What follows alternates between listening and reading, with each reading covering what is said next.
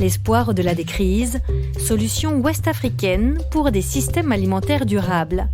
Un podcast du programme de promotion de l'agriculture familiale en Afrique de l'Ouest, porté par le Comité français pour la solidarité internationale et la Fondation de France.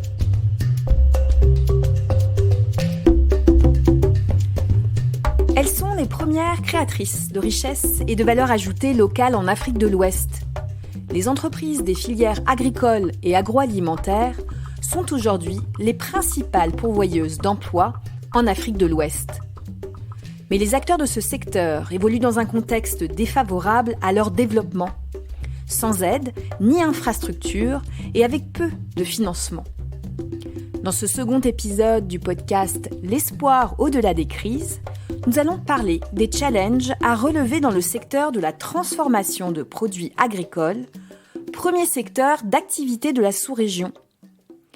Je suis Vinay Ridji et j'ai la joie de recevoir deux entrepreneuses inspirantes du Niger et du Togo, deux success stories dans le monde de la transformation alimentaire en Afrique de l'Ouest. Maïmouna Diori, fondatrice et directrice générale de l'entreprise La Laitière du Sahel basée à Niamey, et Delia Diabangouaya, cofondatrice de Choco Togo, une coopérative basée à Lomé qui transforme et distribue du chocolat bio. Alors on va commencer avec vous, Delia Diabangouaya.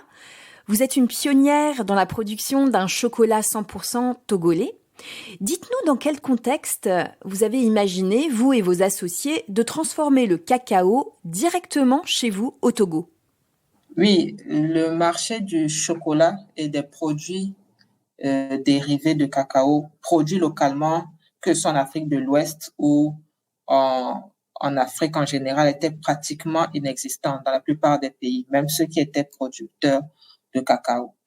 Et on pouvait voir que ce soit, il y a le Ghana qui a déjà des usines de transformation. La Côte d'Ivoire aussi a commencé un peu dans les années 2013 aussi, 2015.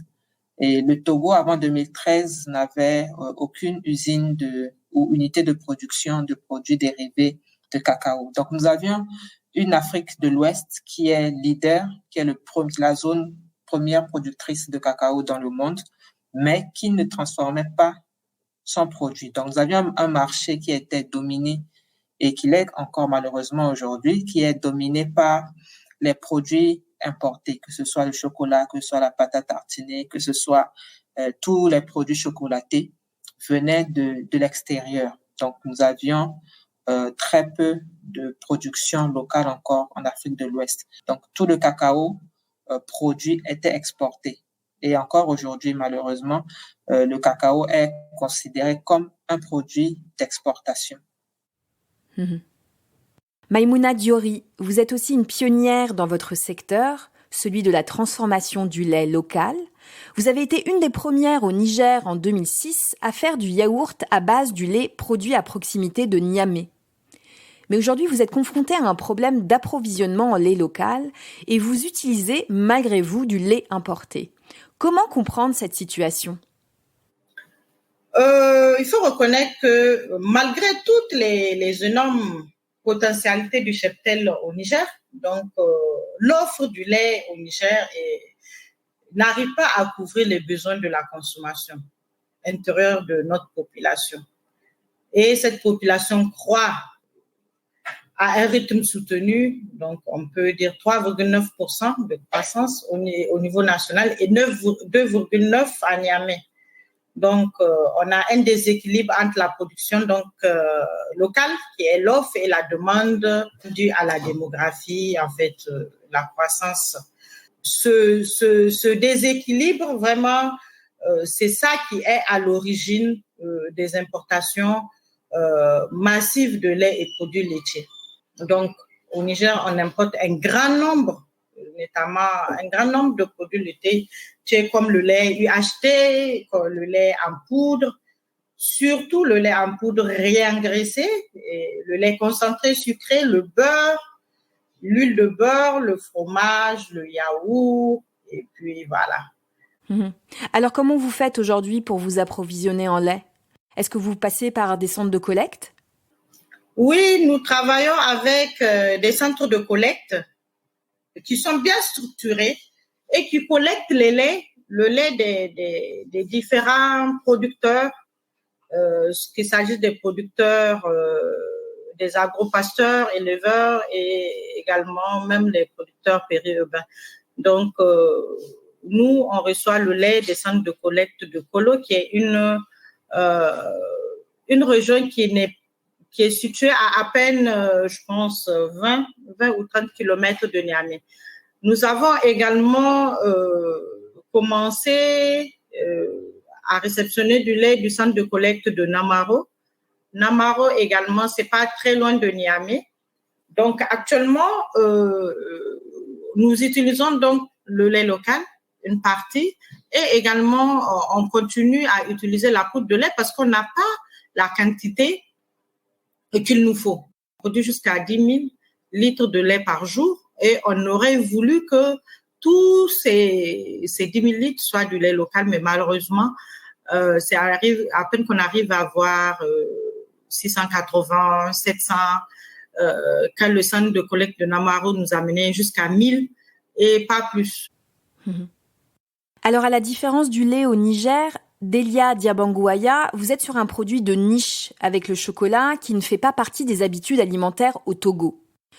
En tant qu'entrepreneuse, quelles ont été les difficultés au départ pour lancer votre activité de transformation et pour distribuer vos produits ? La première difficulté a été déjà de mettre en place un processus de production.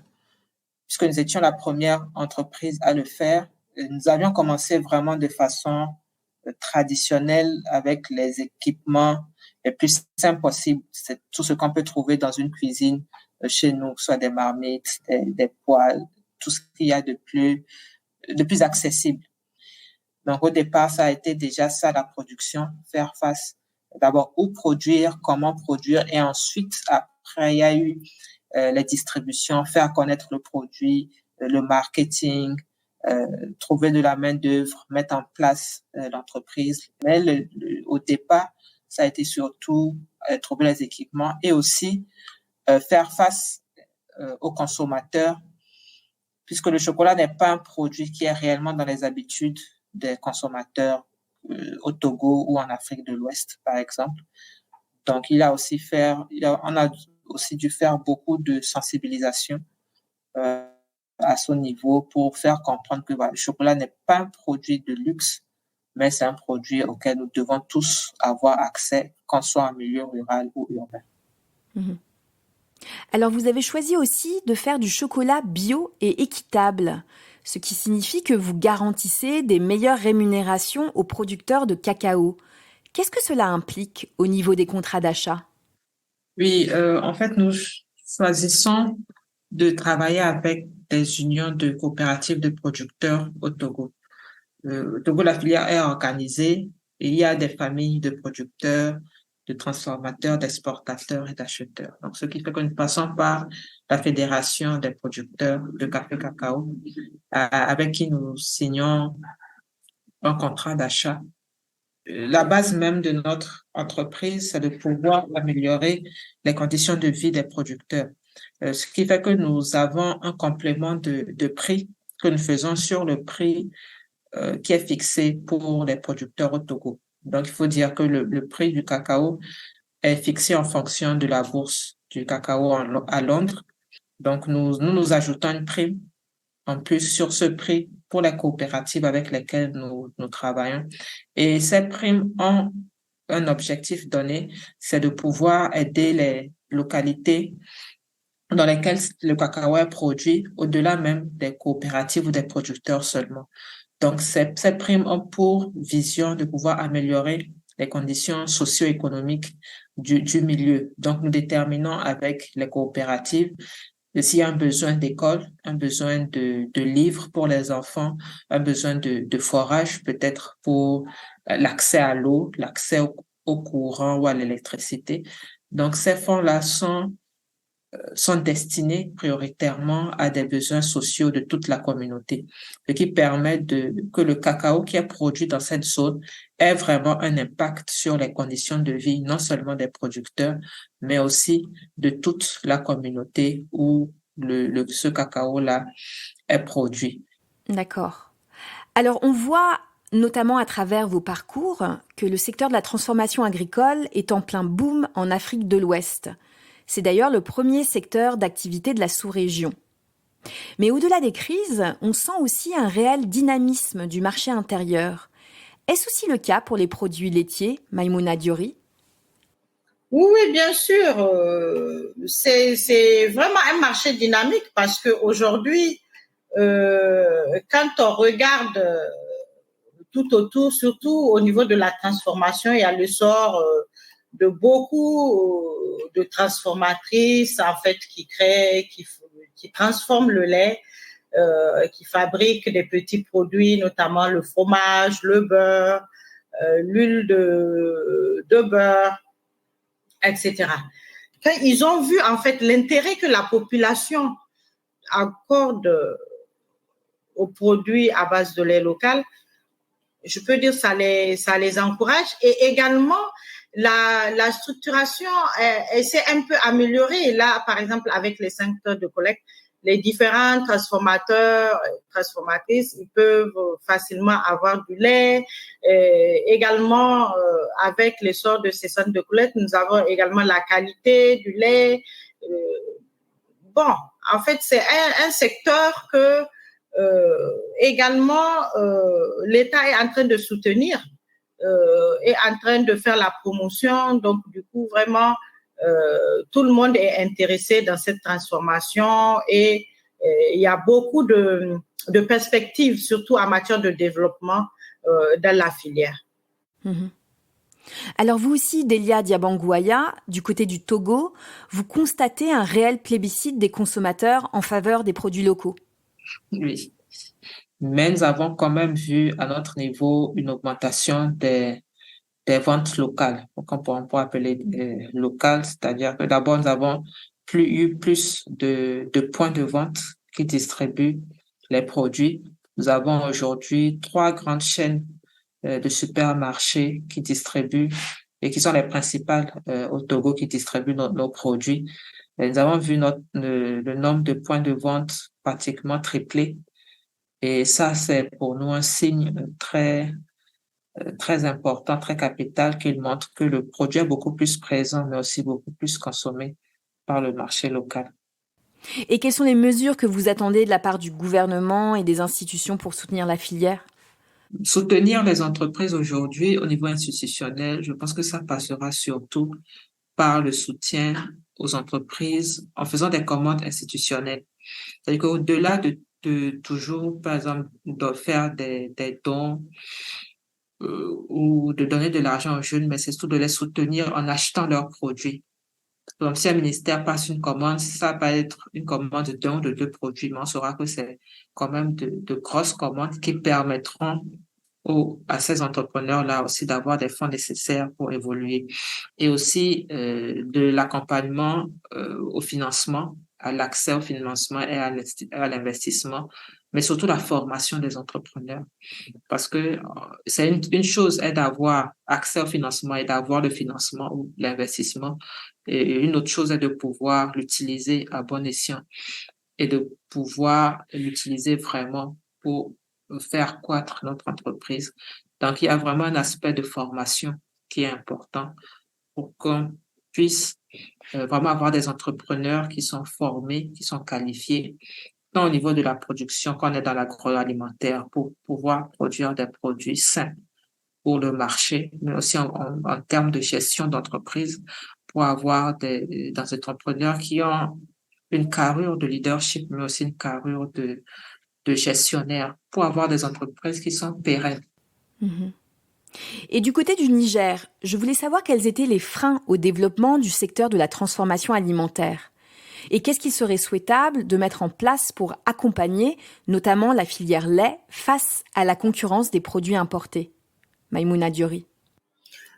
Peut-être là, ce qui me vient à l'esprit, c'est surtout la taxation. La taxation aujourd'hui, je pense que si on veut promouvoir le lait local, il faut enlever, par exemple, la TVA sur le lait.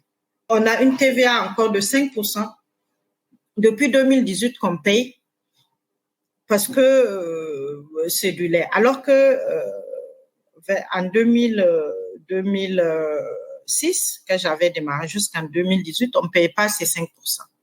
Aujourd'hui, on paye ces 5%. OK, c'est bon. On peut dire que peut-être on peut les garder pour la poudre de lait, mais quand même pour inciter, pour un peu accompagner cette filière, on peut enlever ces 5%. Ça va permettre aux produits qui seront fabriqués à base de lait local d'être plus compétitifs. Et donc, d'être plus compétitifs et de ne pas être plus cher, par exemple, que les produits fabriqués avec la poudre ou bien que les produits importés. Mmh.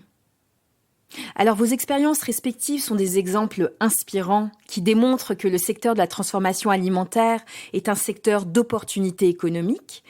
Est-ce que vous conseillerez, Delia Diabangouaya, les jeunes diplômés à suivre votre voie? Oui. Et en tout cas, aujourd'hui, je pense que le jeune Togolais, quand même, attiré et prend beaucoup plus de risques, par exemple, d'entrer dans l'entrepreneuriat. Et beaucoup vont vers l'agroalimentaire aujourd'hui. Même s'il y a quand même des réticences, même s'il y a quand même beaucoup de problématiques à régler lorsqu'on se lance dans cette aventure. Je pense qu'aujourd'hui, la jeunesse togolaise est quand même à féliciter sur ce point. Parce que surtout, il faut faire face à beaucoup de problèmes ou de situations à régler lorsqu'on se lance dans cette aventure. Mais il faut quand même noter que l'agroalimentaire reste un des piliers importants de la transformation économique de nos pays et du Togo en particulier, parce que nous avons beaucoup de ressources. Je pense que même si tous les jeunes se mettaient à transformer, nous aurions quand même assez de ressources et il y a de la place pour tout le monde. Donc, c'est vraiment, pour nous, nous avons pu montrer que c'est possible, que c'est pas facile, mais c'est possible. Et je pense que c'est aussi l'occasion que toute la jeunesse puisse vraiment se lancer dans cette transformation-là. Mmh. Et vous, Maïmouna Diori, vous êtes d'accord avec ce constat? Moi, je pense qu'il est temps pour l'Afrique de prendre résolument partie de son secteur agricole. Le secteur agricole, c'est avec l'agriculture, l'élevage. Donc, ce secteur devrait maintenant être considéré comme une entreprise, pas un mode de vie juste comme ça, mais comme une entreprise.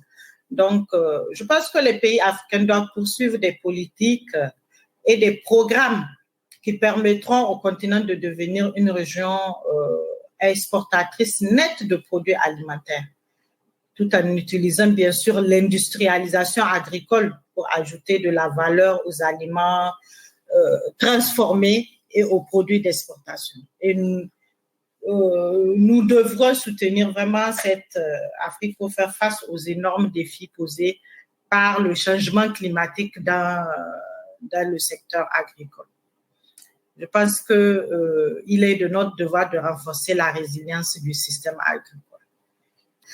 On doit aussi développer les infrastructures rurales, la fourniture, aussi d'un financement abordable. Le financement, je l'avais dit, le taux d'intérêt est élevé, mais il faut que ce financement soit abordable et ainsi que, par exemple, il faut mettre en place des incitations au secteur privé pour établir des entreprises de transformation de produits agricoles et d'autres activités agro-industrielles dans les zones rurales. Avec tout cela, je pense qu'il y a un grand espoir que l'Afrique puisse se nourrir d'elle-même et par elle-même. Voilà un peu ce que je pourrais dire de cette question.